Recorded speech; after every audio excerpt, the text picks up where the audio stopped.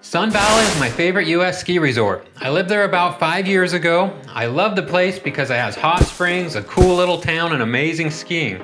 In the review portion, I'm going to talk about directions, the mountain, and the area. After that, I'll do a rating from 1 to 10. It consists of the skiing, the après-ski, and the beauty of the area. Look forward to talking about the resort. The best way to get to Sun Valley or Ketchum is to fly in from Seattle, for example. Then you'll get to Hailey. You can also fly into, say, Boise and get a shuttle, or Salt Lake, and then fly in from there. Then it's about a 20-minute drive to Ketchum, and you've arrived at Sun Valley.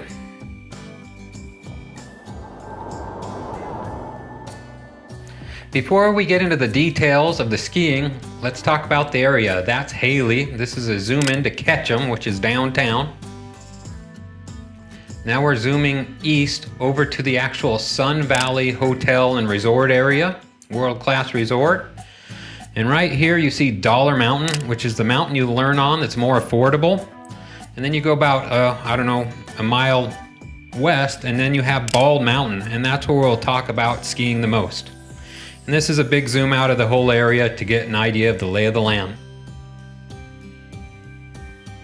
This is Dollar Mountain that's right next to the resort. It doesn't get talked about as much as Bald Mountain, but it's not bad in its own right. You have a Carol's Dollar Mountain Lodge, which is a very comfortable place to hang out and good parking. And then you have a couple chairlifts. If you want to learn to ski, this is where you want to do it. I used to spend a lot of time here because I volunteered for a company called Higher Ground. We do a lot of the adaptive sports training in this area. There's also a terrain park and sometimes a half pipe. But it's worth noting, if you're learning to ski, come out here, spend a little time, save some money at Dollar Mountain. Now let's talk about what made Sun Valley and Ketchum famous. It's Bald Mountain. This has amazing skiing. I like to break the ski hill up into 4 areas. You have Seattle Ridge, which is mainly known for intermediate skiing. You have the River Run area that has the gondola and brings you all the way to the top. You have Frenchman's, which is between River Run and Warm Springs, and then you have the Warm Springs area, which actually has 2 new chairs getting put in this year that will speed up access to that side of the mountain. My favorite area to get on Bald Mountain is River Run Plaza, because you shoot up Roundhouse Express on a gondola. It's warm, it's comfortable.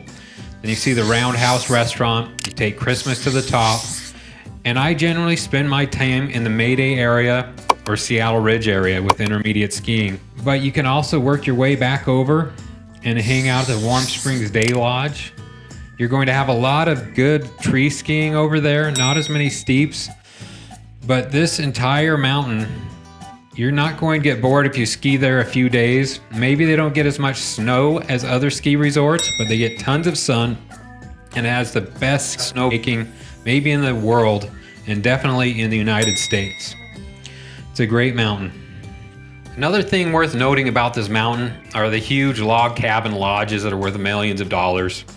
There's 3 main ones. There's the Warm Spring Day Lodge. It's gorgeous. It's very similar to the River Run Plaza Lodge, and also the Seattle Ridge Day Lodge. My favorite place to hang out on the mountain that has the most character is the Roundhouse restaurant. You can also go up to the Lookout restaurant that's known for very cheap tacos and affordable food. I'll go into that more when we talk about the area, but it's worth noting those areas on this map. Probably the quintessential run that I would recommend to somebody if they were just taking one run and an intermediate skier is to get up to the Lookout restaurant area at the top of Christmas Chair, take the Ridge Run down, take Mayday down, and take Lower River Run until it runs out to River Run Plaza. It's a great resort. There's so many different spots to hit. I hope you make it.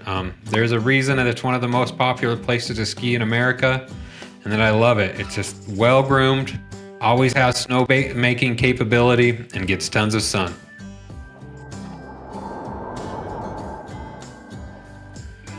As far as the area is concerned, there's so many places I like. I just tried to narrow it down to about 5 that I could recommend as far as restaurants and bars. On the mountain, what I mentioned before, Roundhouse is the favorite place to hang out. It's this beautiful area with a panoramic view of the entire valley. There's a cool little bar. There's also almost fine dining up there. Once you're done skiing, I'd recommend you go down to Lefty's Bar and Grill. It's kind of the après-ski place of ski patrollers and locals. There's a deck that is one of the few decks in town that take advantage of the great sunny view of Bald Mountain. After you're done with Lefties, if you want to get a nice dinner at what I think is the most interesting restaurant in town is Christiana's. It's a French restaurant. They have a bar in there that's cool. I've had some of the most interesting conversations I've ever had at that bar. You'll meet some people with a great ski history there. And if you're staying out late, go to the Casino Bar, somewhere that Ernest Hemingway used to hang out.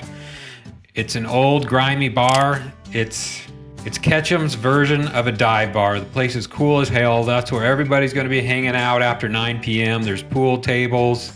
It's the best. Finally, the other place I'd recommend to eat in town is the Trail Creek Cabin. You can get sleigh rides. It's another gorgeous log cabin that has a patina to it and a real fireplace in it. It's the kind of place that you hope you find when you go to a ski resort. These are all awesome places. When I go to Sun Valley, these are the places I stop by and I'd recommend over and over again. Two other places that I need to recommend that are terrific are Frenchman's Hot Springs, which is about 10 miles out of town. With the wrong weather, it can be hard to get to. You might need a 4-wheel drive, but it's an awesome undeveloped hot springs that you can hop into after a day of skiing. Another place that I'll give kind of honorable mention that I daydream about retiring to and being a ski instructor is Galena Lodge. It's north about 20-30 minutes. It's a gorgeous cross-country skiing haven and snowshoeing area. I'll try to find some pictures to post of there, but if you get a chance, make it up to Galena Lodge. There's so many places I like in Ketchum and Sun Valley. This just touches them. If you want any more information, just ask me in the notes or the comments and I'll tell you other places I enjoy. Where I'd recommend to stay in the area is Ketchum or downtown. There's tons of options of hotels to stay in. It's just downtown. You're a little closer to the resort. The restaurants are more interesting. If you like the nightlife, you're definitely going to want to stay downtown. I usually stay at a place called the Tamarack Lodge. It was recently remodeled. I like it because it's located in a terrific place. It's affordable, and there's usually rooms for some reason.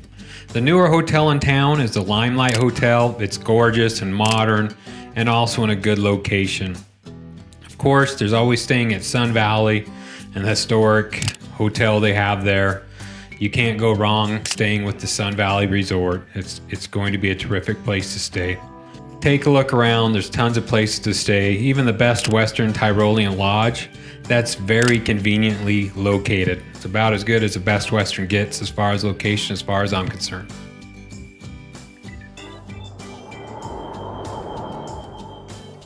Now the rating portion of Sun Valley. The skiing's top of the line. It's some of the best in the US, if not the world. They groom it perfectly. They can make all the snow in the world if they need to. They get champagne powder at times. They might not get as much snow as some other places, but it doesn't really matter the way they run the place. There could be a little more extremely advanced skiing like double black diamond, but everything else is awesome. And for an average skier, it doesn't get any better than this. I would give the skiing a 9 out of 10. The après-ski of the area is where I think Sun Valley and Ketchum really excel. It's rare that you get all these things in one place. You don't even need a car if you work it right, and they have a good shuttle system if you like that. But you have everything from Frenchman's Hot Springs, Galena Lodge, to the Sun Valley Resort if you want that kind of comfort of staying there with great service and tons of history.